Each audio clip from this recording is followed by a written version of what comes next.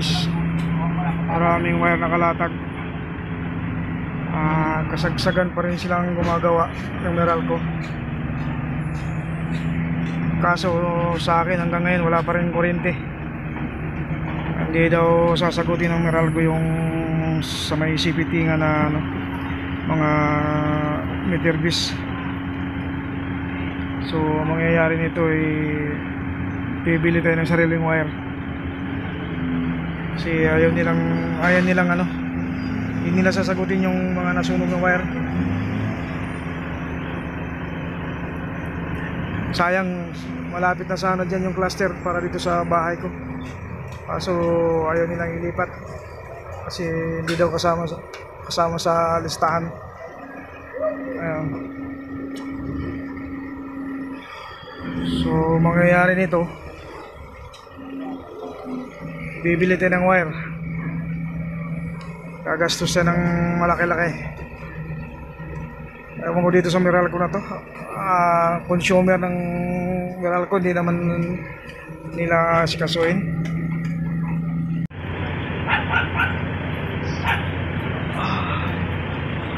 Ay, mga naglalatag sila dito.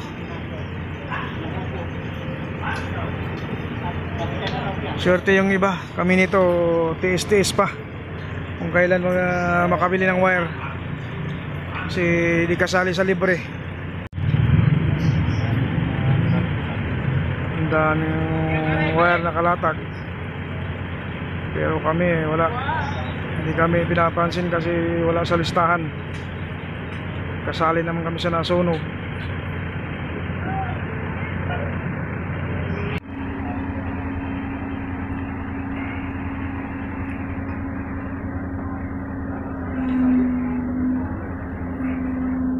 Sayang, lapit na lang poste dito sa bahay ko. Kaso ay lang ilipat, tanggat ko lang yung pangalan.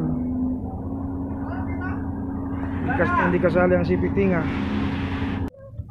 Ayan, dito sa CPT nga nito, ito yung mga meter base dito.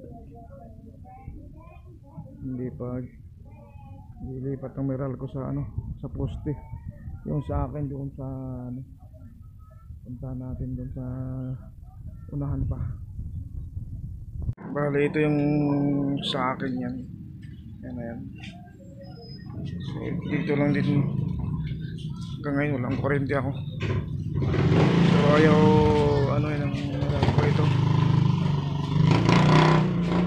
Dito yung mga wire. Ay palitan.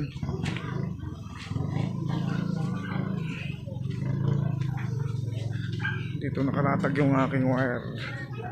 So marami pang walang kuryente din dito dahil dito yung kanilang mga meter base din. Mga nasunugan din pero ayaw naman yun ang Meralco. Kanya-kanyang daw bili ng wire.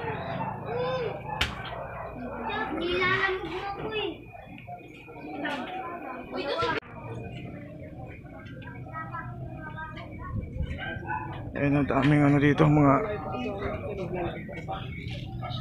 dito nakalatag din sa akin. Basta yung dito sa lugar na to walang pakialam yung Meralco.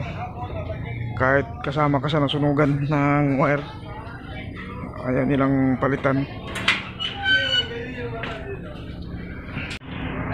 Ang sasagutin ng Meralco lang sa wire, ito lang nandito. Nandyan na kasama sa nasunog ng wire, wala. Kanya-kanyang bili ng wire.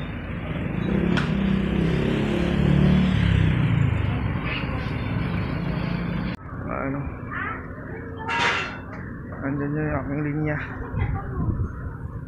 Natris na namin yung aking linya. Kailangan nang bumili ng wire para yan. Na lang, idugtong na lang siguro dyan.